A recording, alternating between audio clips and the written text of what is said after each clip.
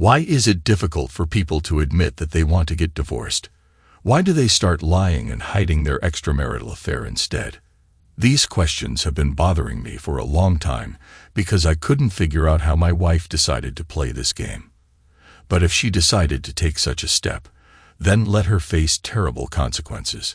It was Friday evening at the Alhambra Lounge, bustling with a lively crowd enjoying themselves. The atmosphere was electric, with the place alive and buzzing. Despite sitting at the bar with a vodka tonic in hand, my presence wasn't for the typical reasons of drinking and dancing. Instead, I was there with a purpose that I knew was risky, bracing myself for potential trouble that could land me behind bars. While I casually sipped my drink, my attention was fixed on a couple seated across the room. They had been on my radar for nearly an hour, particularly him. He was the target of my mission, a regular attendee every Friday night, likely to support his wife's brother, whose band performed at the Alhambra weekly. Finally, my patience paid off as the moment I anticipated arrived. The music slowed to a waltz, and the couple gracefully rose from their seats to take to the dance floor, giving them a brief moment to find their rhythm. I then rose from my seat and joined them on the floor. Approaching him from behind, I tapped him on the shoulder and asked, "May I cut in?" He turned to confront the man who was trying to invade him and his wife. As soon as he turned to face me, I quickly struck.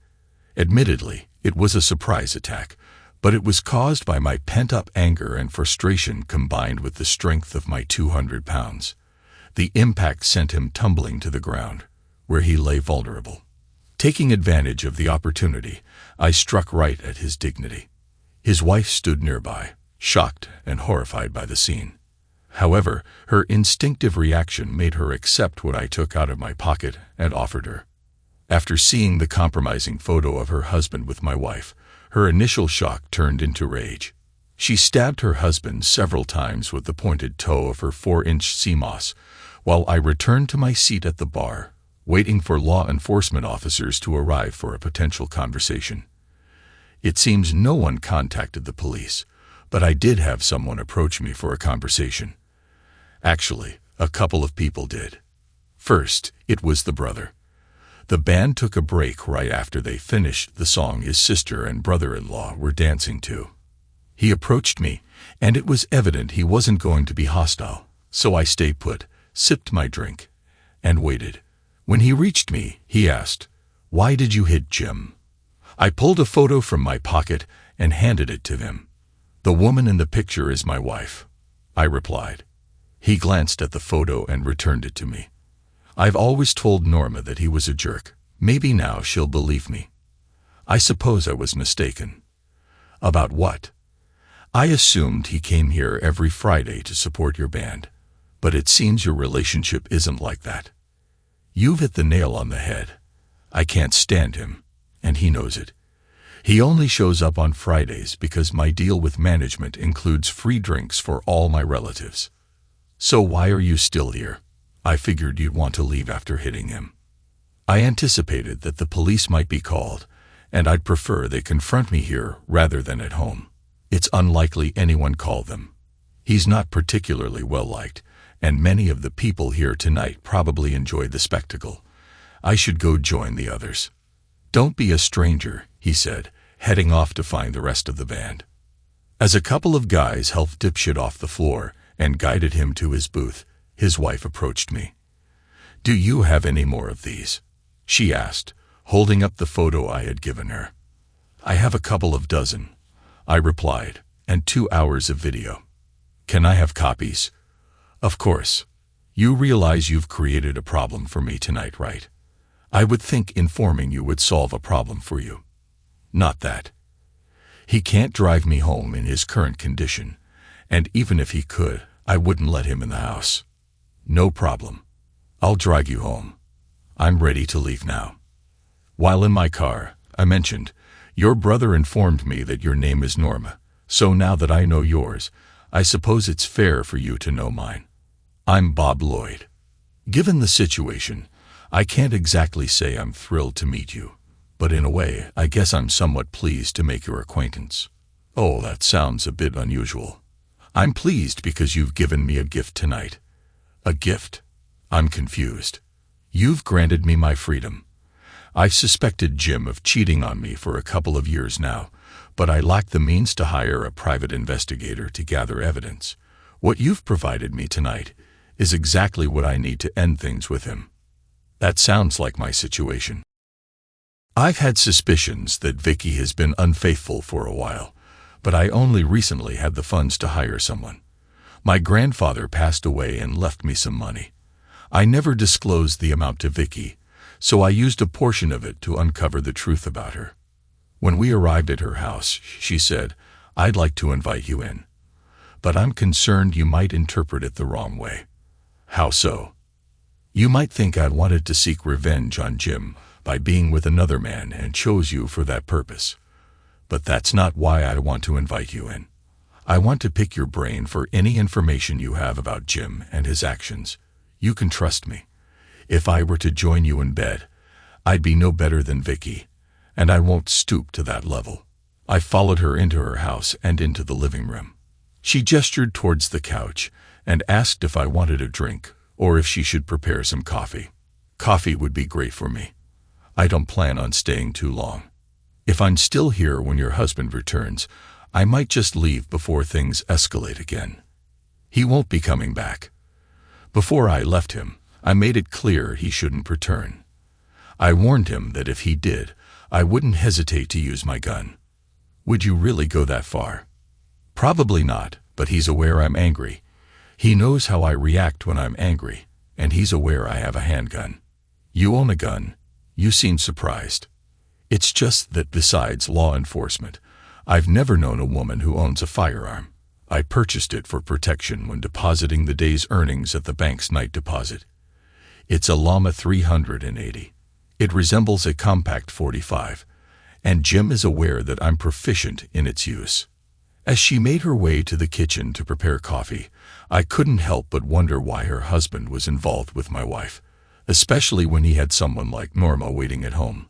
Norma was an attractive woman, and if I weren't still committed to Vicky, I might have considered pursuing her myself. But well, my ties to Vicky wouldn't last much longer, and who knows what could happen then. Norma returned and sat beside me on the couch. Coffee will be ready in about 5 minutes, so how long has Jim been involved with your wife? At least a month that I know of. That's when I hired a private investigator to look into it, though it could have been going on longer. Looking back, our marriage started to change about 2 years ago, but I've been suspicious of Vicky for over a year now. I believe she's been cheating on me since our relationship shifted. Jim might be the only one, or he could be one of many. He just happened to be the one I caught her with. What did she say when you confronted her? I haven't confronted her yet. I suspect she'll find out I know when your husband calls her tomorrow. I'm curious to see how she'll handle it. You've known for a month, and you've let her continue. When I confirmed it, I consulted a lawyer about getting a divorce. Turns out we live in a state with no-fault divorce laws. It doesn't matter who's at fault. The divorce is straightforward, splitting everything 50-50. I don't care about the laws. I'm not going to let Vicky benefit from betraying me. Once I understood the divorce process, I started rear-ranking and hiding assets. Vicky might get half, but it'll be half of a lot less than what was there a month ago. So what can you tell me about Jim and your wife? They convene each Monday and Thursday. On those evenings, Vicky purportedly engages in card games with her sorority sisters from college and participates in a book club meeting at the library. Those are the designated nights for Jim's bowling and lodge gatherings. He stayed at my place for 3 nights when I was away on a business trip. That's where the videos I possess originated from. I can't confirm if it was a one-time occurrence, but considering I travel for business approximately once a month, it could have been a regular arrangement for them. I suppose that clarifies Jim's sudden business trips. They always appeared sudden, but it never crossed my mind they might be fabricated. What's your plan? I'm going to end things with him, and quickly before he has a chance to conceal assets. First thing Monday morning, I'll consult a lawyer. It's unfortunate they don't work on Saturdays, or else I'd see one tomorrow. Actually, I know a lawyer who works on Saturdays. If you're serious, I can connect you with them." "I'm dead serious." I pulled out my phone and dialed a number from my speed dial. Once the call connected, I switched to speaker mode and announced, "You can relax. I won't require your assistance to get out of trouble." "How did you manage that?" "I suppose he wasn't particularly popular, and no one bothered to involve the police." "You must be one of the luckiest guys I know." "I'll take any luck I can get, buddy. By the way, I'm on speaker, and I'm currently with the wife of the jerk. She mentioned she'd be waiting at the door of any attorneys working tomorrow morning.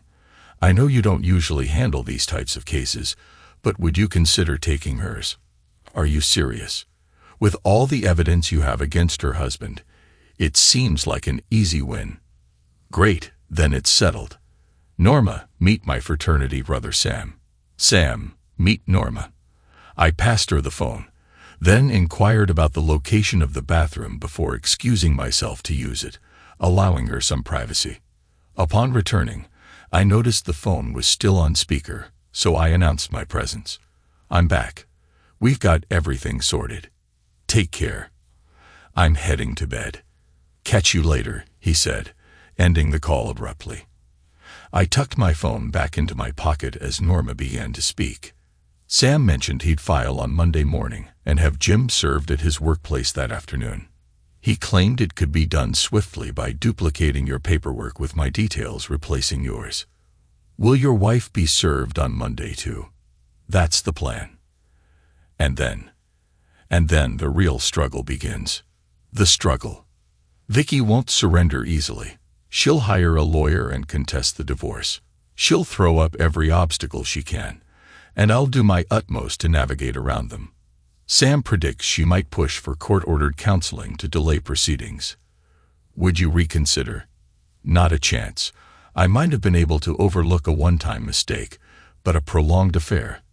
That's out of the question.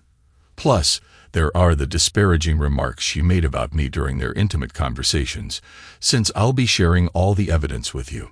It makes me wonder why they even stayed with two apparent losers like us. I understand all too well why Jim remains with me. I am the financial backbone of this family, and the satisfying part, at least for me, is that I won't have to endure any of the nonsense without fault. I have a solid prenuptial agreement in place. If you're the one with the money, why didn't you consider hiring a private investigator? The money is tied up in a trust fund that I can't access until I turn 30, and I still have 16 months to go. I can use it for medical and educational expenses, but that's it until I'm 30. Moreover, I earn a third more than Jim does in my job, and it's my income that supports our current lifestyle. However, even with that, there's no extra cash I could spare to hire an investigator. I probably share some blame for Jim getting involved with your wife." "How so?"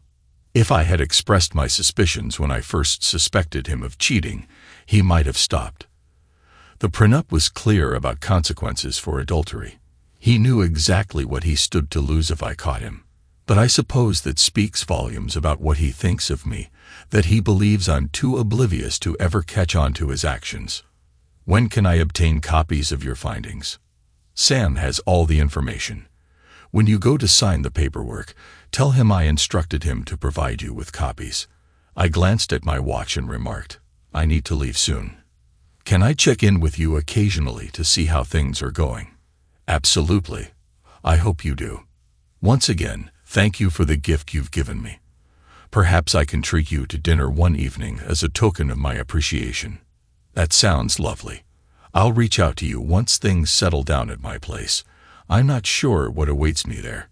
Your husband might be well enough to contact Vicky. I hadn't planned on confronting her until she received the divorce papers on Monday. I suppose I should have considered that before pursuing your husband. Oh well, it's too late to dwell on that now." When I arrived home, Vicky appeared to be her usual self, so I assumed she hadn't received a call from her lover. She greeted me with a kiss and inquired about my lateness. I explained that Al, my boss, wanted to celebrate signing the Johnson contract, so we stopped for a few drinks. "I tried calling to inform you, but you didn't answer your cell or the home phone. I left my cell on my desk at work. I didn't even hear the home phone ring. Have you eaten? I had some ground round with the drinks, so I'm fine. Dessert? No, thanks. Are you sure? What do we have? Come to the bedroom, and I'll show you. I glanced at her, and since I didn't respond, she must have thought I was a bit slow. So she added, "It's been almost a week since we made love, and I'm feeling a bit needy." I understood her intention, yet my pause stemmed from deliberation on whether I desired to proceed. At that moment, Vicky wasn't high on my list of preferred individuals. However, I ultimately concluded that I should seize any opportunity available. Who knew how long it would be until I found another chance for intimacy after Vicky was out of the picture? With a smile, I responded, "I'll accept your challenge." While we were doing this in bed, I couldn't get rid of the memory of my wife's words to her lover. She noticed that I had a modest tool that could not provide her with complete satisfaction. Then, for the first time in the history of our marriage, I did what Vicky had mentioned to her lover, and what I had always done. I turned away and fell asleep. I was wondering how Vicky felt about it. This was the first time I hadn't snuggled up to her after making love and dozed off with her in my arms. I hoped she was lying awake thinking about it, perhaps wondering or maybe worried about the changes. Our Saturday routine usually included waking up, taking a shower, and going out for breakfast. However, on that particular Saturday, Vicky changed the plan. She was obviously worried and decided to show her love for me, and we repeated the night's actions. After that, we took a shower and ate. I spent the remainder of the day attending to typical weekend tasks, such as mowing the lawn, removing weeds from the flower beds, and washing the cars. It was fortunate that I had decided to make the most of the opportunities as they arose. During dinner, Vicky informed me that our leisure time would be put on hold for a while, as Aunt Flo had arrived a day earlier than expected. Sunday passed uneventfully, with me busying myself with household chores. Around noon, Vicky's mother arrived to take her shopping. With them gone, I decided to check in with Norma to see how she was faring. She explained that she had visited Sam's office and completed the necessary paperwork to initiate the divorce proceedings. After retrieving copies of the incriminating pictures and videos, she had reviewed them at home. I was feeling rather resolute when Jim returned home. He entered as if nothing had occurred, and I promptly demanded that he leave. Asserting that the house was as much his as mine, he refused to budge. Leaving briefly, I returned with my pistol and instructed him to vacate within the count of 10. I made it clear that if he remained beyond that, consequences would ensue. He could discern from my demeanor that I meant business, prompting him to swiftly depart. Would you truly have taken that action? After hearing the derogatory remarks he made about me in those videos, you bet I would have. How are things going on your end? Quiet. Seems like Vicky hasn't heard anything from your husband. Either that or she's an incredible actress, but come to think of it, she probably is. She's had me fooled for years into believing she was a faithful and loving wife. Well, you live and you learn. Did Sam mention when he'd have your paperwork ready? He mentioned he'd submit them to the court first thing in the morning and could have Jim served whenever I wanted. I'm not sure about your plans, but I asked him to serve Jim at his workplace in the afternoon. I had the same plan. Naturally, I had hoped it would come as a big surprise to her, but it seems unlikely now. I'm sorry. I didn't mean to spoil it for you. You didn't. I ruined it myself by confronting your husband on Friday night. Even if he doesn't tell her, he'll make it clear that I'm onto her when they talk at work on Monday. The important thing is it'll soon be over, except for the legal stuff, and I can start moving on with my life. Can we meet up on Monday evening? I'll treat you to that dinner I promised, and we can have a couple of drinks to celebrate. I won't know until late tomorrow if I can make it. I'll be busy moving out of the house as soon as Vicky leaves for work. The house belongs to her. Her parents gave it to her when they retired and moved to Arizona. I'll keep the plans open. Give me a call if you're unable to make it. Although the house was titled under Vicky's name, it was still subject to contention in the divorce proceedings. Despite her parents gifting her the house, it was still burdened with a mortgage that Vicky took on. Although the title was in her name, it was my earnings that contributed to half of the mortgage payments. I aimed to reclaim some of that investment, with Sam assuring me of a better-than-average chance of success. Upon Vicky's return from shopping, she prepared dinner, and afterward, we relaxed on the couch watching TV until bedtime. As we lay in bed, Vicky nestled close to me, knowing it would be the final time. In the morning, I bid Vicky farewell with a kiss, and she assumed she'd see me after work, expecting dinner to be ready upon my return. Little did she know, I had decided to take the day off and planned to vacate the house by the time she returned. I grabbed breakfast at a nearby restaurant to give her time to leave for work. Upon finishing, I checked to ensure Vicky had left, then proceeded to pack my belongings. My brother Tom arrived 30 minutes after I called him, and by 1 o'clock we had moved all my stuff out and stored it in his garage. It would remain there until I found a new place to live.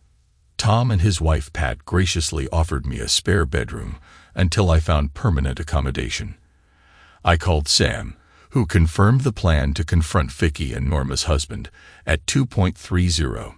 On a whim, I phoned Norma and asked if she'd like some company while waiting for the anticipated phone calls after our spouses were served. She welcomed me over.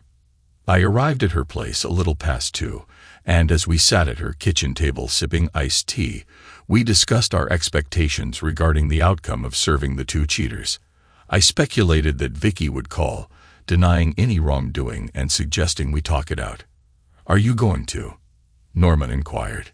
"No," I replied. "All Vicky will do is lie and spout the usual excuses cheaters make when caught. It's not what I think. She loves only me. We can overcome it. All that rubbish from the cheater's playbook. She's been deceiving me ever since she got involved with your husband, maybe even before him. I won't believe a word she says, so why waste my time talking to her?" That pretty much echoes what I anticipate from Jim. Can we discuss something other than those two jerks? Of course.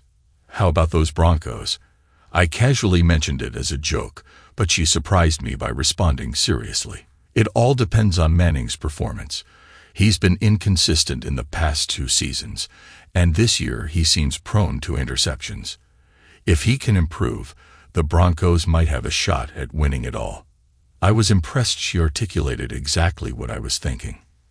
Author's note: at the time of this writing, the Broncos were 6-0. We delved into football discussions, particularly about Denver's defense, when my phone rang. Glancing at the caller ID, I saw it was Vicky, and checking the time, it was 2:35. "Time to face the music," I said, switching my phone to speaker mode as I answered. "Good afternoon, this is Bob. What the hell is going on with this divorce nonsense? It's typically what happens when someone discovers their supposedly faithful wife is cheating. How dare you call me a cheating wife? Isn't that what you were doing with Jim? And by the way, his wife feels the same. Just letting you know in case you missed the memo when he was served. Sleeping with Jim. Where did you even get that twisted idea?" "From the photos and videos my private investigator gathered for me." Photos, videos. I sincerely hope you're not going to attempt to convince me that it's all a misunderstanding, that those individuals in the pictures and video aren't you. I might entertain the idea that you have a doppelganger or something of the sort, but I won't believe for a second that Jim also has a double, and that your doppelganger and his happen to coincide, which is who my private investigator caught. Admit it, Vicky, you've been caught. We'll discuss this when we're home tonight." "No, we won't. By the time you get home, you'll find that I've left. Any further communication between us will have to go through my attorney. Goodbye, Vicky." Just as I ended the call, Norma's phone began to ring and she glanced at the screen. "It's Jim. He never calls me during the day," she chuckled, adding, "I wonder what urgent matter has come up." Answering the call, she activated the speakerphone. "Hello. It's me. What's all this talk about divorce?" Norma remarked to me. They seem to be following the same script. What? Her husband queried. I was just telling Bob that it sounds like you and your mistress are following the same script. Your words when I picked up the phone are nearly identical to what she said when she called him. Who's Bob? I'm your soon-to-be ex-husband's new partner, I replied. Why are you with my wife? We watched the video obtained by his private investigator, watched your interaction with his wife, and frankly, we came to the conclusion that neither of you would star in adult films. Really? She satisfies me much better than you've ever satisfied me. You're delusional, I retorted. Norma is far superior to the woman I was married to. And he's far superior to you, even at your best, Norma added, exchanging a smile and a high five with me. Then she continued, just like he told his cheating wife a few minutes ago. From now on, all communication will go through my lawyer. You should find his card and the legal documents that were handed to you. You can come at 6 in the evening to pick up your things, but keep in mind that all the time you are here, I will keep my pistol ready with a cartridge in the chamber. And cocked. He paused for a moment before addressing me. You caught me off guard, you jerk, and I'll be seeking revenge. You won't have to search. I'll be waiting on the front porch when you come to collect your things tonight. Bring your A game.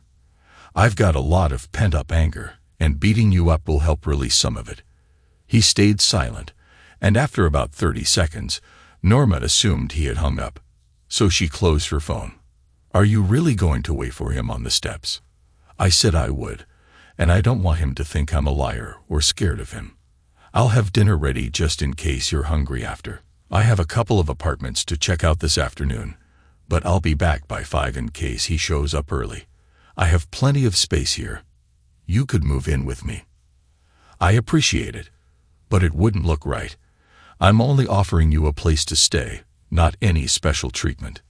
Even so, it wouldn't look right, and I won't give her anything she can use against me.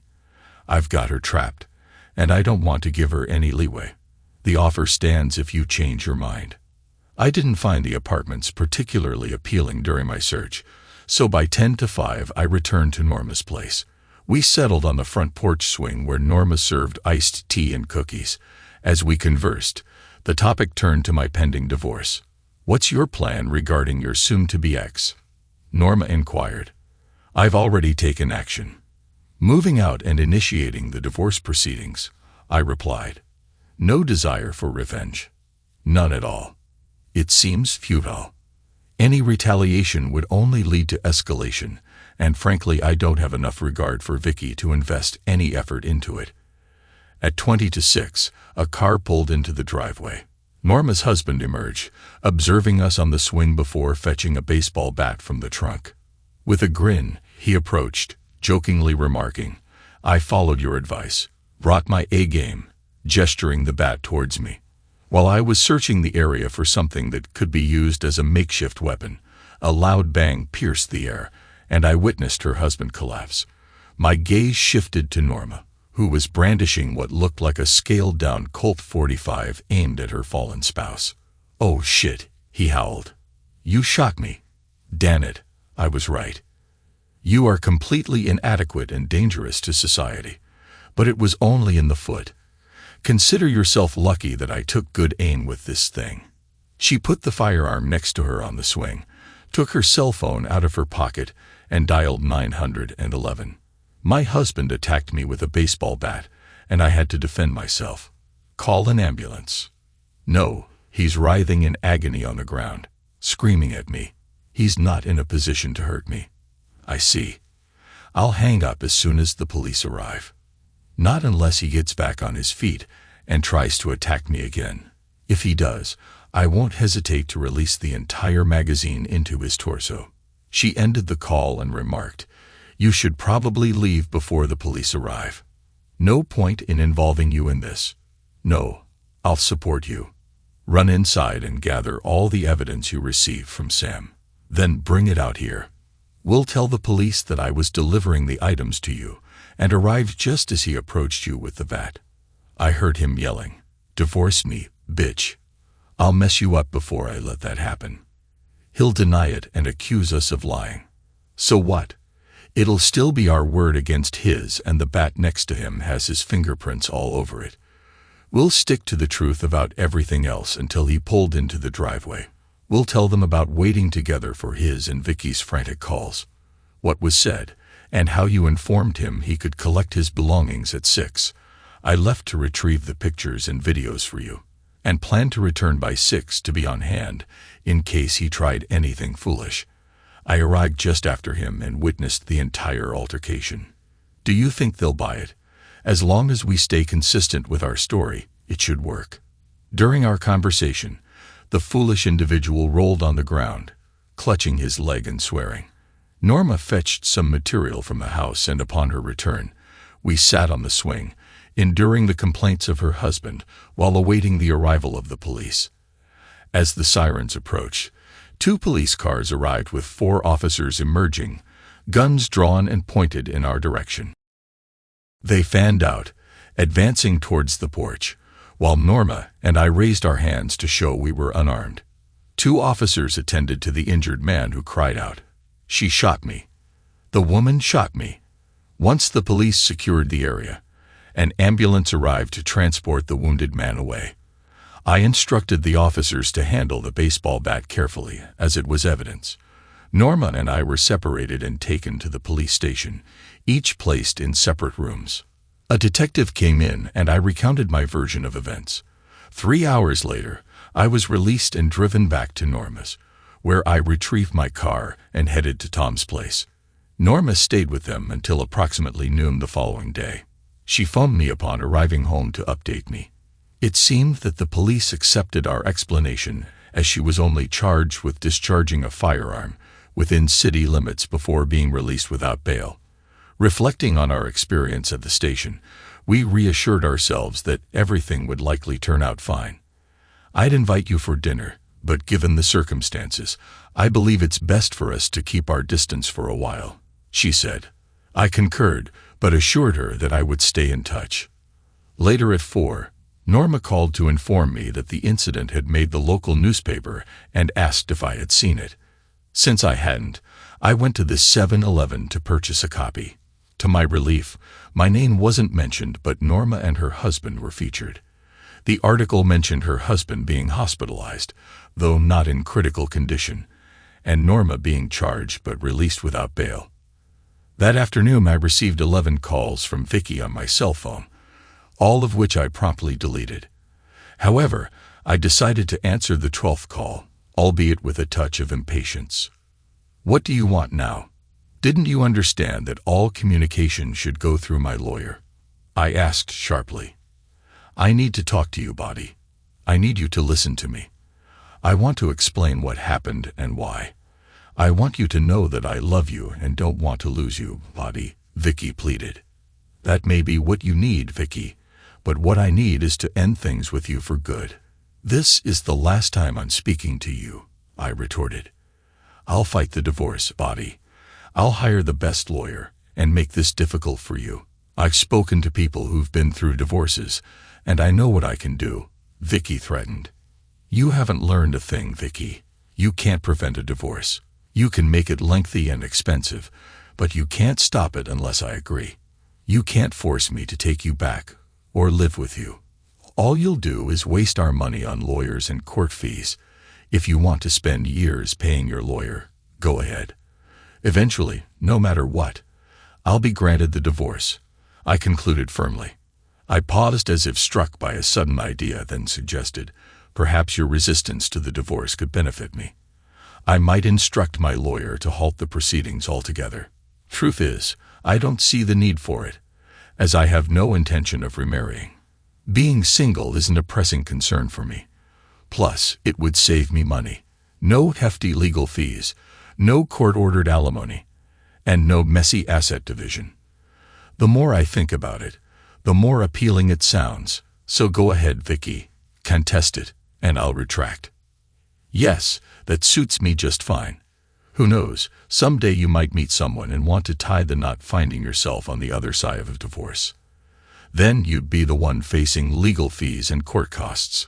If I relent now, I won't have to spend a penny. Then again, perhaps I'll choose to contest it to prevent you and your new love from marrying. The choice is yours, Vicky. Sign the papers and it'll all be over in a few months. Resist, and I'll stick to my plan. But regardless of your decision, one thing is certain. As far as you're concerned, I'm gone for good. Goodbye, Vicky. A series of events unfolded over the following month, comprising both positive and less favorable occurrences. Vicky refrained from signing and returning the divorce papers, yet she also refrained from hiring an attorney to contest the divorce proceedings. Sam believes she assumes that by not signing and returning the papers, the divorce process will cease, thus avoiding attorney fees. Her assumption is incorrect. Although it's not in our interest to correct her, we have proof of service, and her lack of response means the proceedings will continue. On a positive note, Norma's husband faced felony charges of menacing, enabling Norma to obtain a restraining order against him. However, the less favorable aspects included Jim obtaining legal representation to contest the divorce, potentially prolonging and increasing the costs of the process. Additionally, the district attorney, up for re-election, persisted with charges against Norma, possibly to avoid being portrayed as lenient on crime by opponents. During the divorce hearing, Vicky's absence, likely stemming from her belief that non-participation would halt proceedings, led the judge to grant the petitioner's request. Leaving the courtroom, I knew I would be a free man in 120 days. That evening, I dined with Norma, who once again extended her offer of accommodation. You don't need to worry about the appearance anymore now that your divorce has been finalized. That may be the case for me, but it's different for you. You can't risk giving Jim anything that could be used against you. I'm not concerned. Sam assures me that the divorce will be straightforward due to the adultery and the incident with the baseball bat. Perhaps the divorce will go smoothly, but part of it involves dividing assets, and my presence here might complicate matters for you. That's irrelevant. The most he can claim is half of the house and some of our savings. Besides, I'm about to inherit my trust in a year. I'll be fine, so I'm not worried about any of that. But I am. It's probably not the best time to say this, but I've developed feelings for you over the past few months, and I don't want to do anything that might make things harder for you. Why would you say that? Why shouldn't you express your feelings? Because I want to be with you, but I can't. Why not? Have you considered that your feelings might be mutual? That's not the issue. I need to keep my distance from you for your own sake. I just said I don't care about the legal aspects. I have a solid prenuptial agreement that dictates what my ex is entitled to. That's only part of it, Norma. We can't give the district attorney or your husband anything they could use against us in court. I might have to testify in both trials, and I need to minimize any potential damage. Maybe we can meet once a week for dinner and explain it as keeping each other updated on our divorces since our spouses caused the split. But even that might be risky. We need to maintain distance until the court cases are resolved. She stared at me for a moment before saying, "Why does life have to be so complicated?" I understood exactly what she meant. During the following 2 months, I took Norma out for dinner once a week. It was painful to refrain from going where I truly desired, but I compelled myself to maintain a distance. Meanwhile, I received 3 or 4 calls a week from Vicky, imploring me to speak with her and begging me to return home. I simply hung up on her without uttering a word. The trial of Norma turned out to be rather disappointing. The district attorney presented his case with Norma's husband as a key witness. Despite his initial denial that the bat was meant for Norma, he inadvertently revealed that it was meant for me instead. I could see the district attorney's disappointment when Jim made a gaffe indicating his inability to properly prepare a witness. Norma stuck to the agreed story, and then it was my turn to testify. Yes, I knowingly gave false testimony, but I didn't care. After all, this jerk ruined my marriage, and I felt I owed him some kind of revenge. The jury deliberated for less than 15 minutes before reaching an acquittal verdict. 3 weeks later, it was my husband's turn to stand trial. It took the jury only 20 minutes to reach a guilty verdict. He was sentenced to a year and a day. But he proved his idiocy even more by publicly threatening me in front of the judge, the jury, the prosecutor, and the audience. "I'll get you for this. Wait for the reward." I grinned at him, anticipating the day when he would demand retribution, knowing that his outburst would be documented, which would help him go back to prison. After the completion of the trials, I accepted Norma's invitation to move in with her. On my first night there, she came into my room and slid into bed next to me. "I've been dreaming about this for months," she whispered, putting her hand on my instrument. One day, her husband and I joked on the phone that Norma was far superior to Vicky in bed, and it turned out to be true. We had a wonderful night. In the morning, everything happened again. The next night, the number was reduced to 3. In the end, I had to insist on reducing our activity in order to save enough energy to work. We switched to a once-a-night mode 4 or 5 times a week, with 2 or maybe 3 sessions on weekends. I wish I could say that our story ended happily ever after, but that wouldn't be true. Norma and I had a passionate relationship that sometimes seemed overwhelming to us. But eventually we realized that our bond was based solely on physical intimacy and football. Although we genuinely liked each other, love was not part of the equation. However, our affection for each other and the intensity of our physical connection kept us going until the day she mentioned meeting someone else she wanted to explore further. I packed my things and left during the day. I wished her all the best and assured her that I would be there for a chance meeting if she ever needed it. "I'll remember that," she replied. But I never heard from her again. The final scene in the ongoing drama of my life unfolded. 2 days after the divorce from Vicky was finalized, she received the papers in the mail and promptly called me. "You despicable person.